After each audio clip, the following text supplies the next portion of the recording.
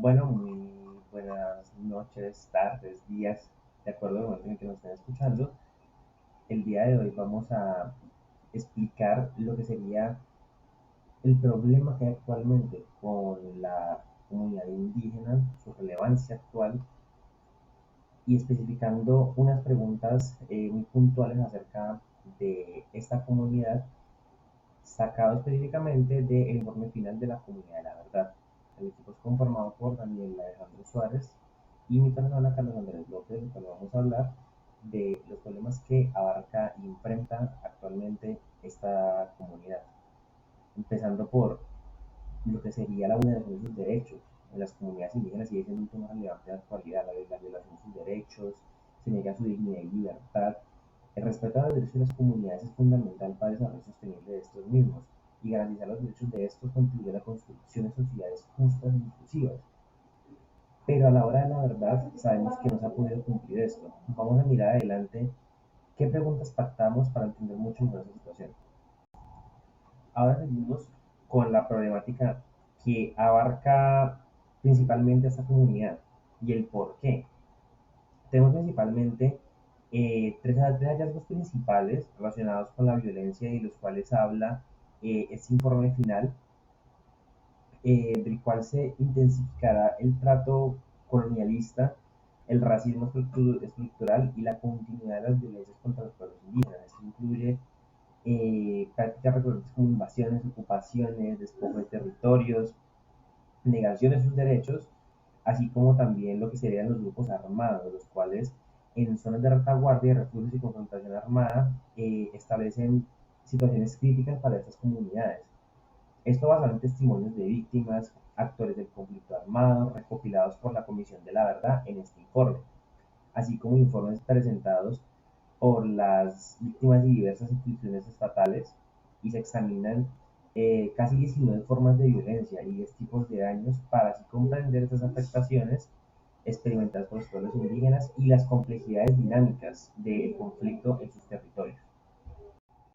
Continuamos con lo que sería qué clase de derechos padecen una especial vulneración en este contexto y como qué tipologías, generaciones de derechos se corresponden. Prácticamente lo que se hace es, lo que se busca es que la relación de los pueblos indígenas con la tierra va más allá de la posesión y producción. O sea, es un elemento material, espiritual, fundamental, en los cuales se quiere preservar su legado cultural y transmitirlo a generaciones futuras. Las violencias han generado que se vulneren tres derechos muy específicos: derecho al territorio, derechos culturales y derechos a la vida y la integración física. Cada uno de esos definido por lo menos al territorio, el cual es el pueblo indígena enfrenta a despojos y ocupación de sus territorios ancestrales. Todo esto por la comunidad de los conflictos armados. Todo esto incluye acciones y violaciones que afectan su conexión con la tierra y su forma de vida tradicional.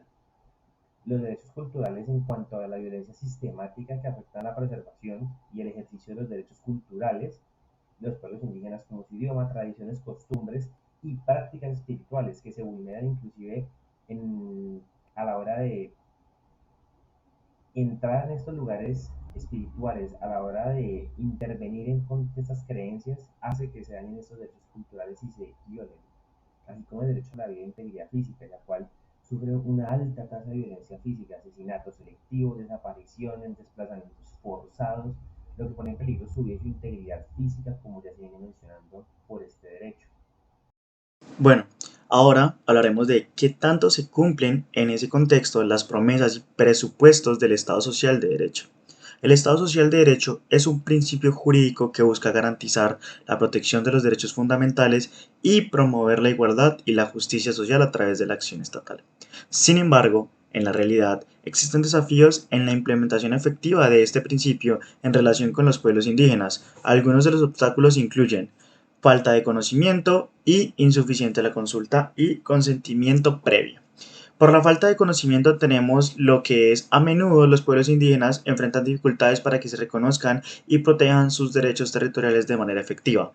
Por el otro lado, en la insuficiente consulta y consentimiento previo, tenemos que el derecho a la consulta y el consentimiento previo, libre e informado de los pueblos indígenas antes de implementar proyectos o medidas que afecten sus derechos y territorios no siempre se respeta de manera adecuada.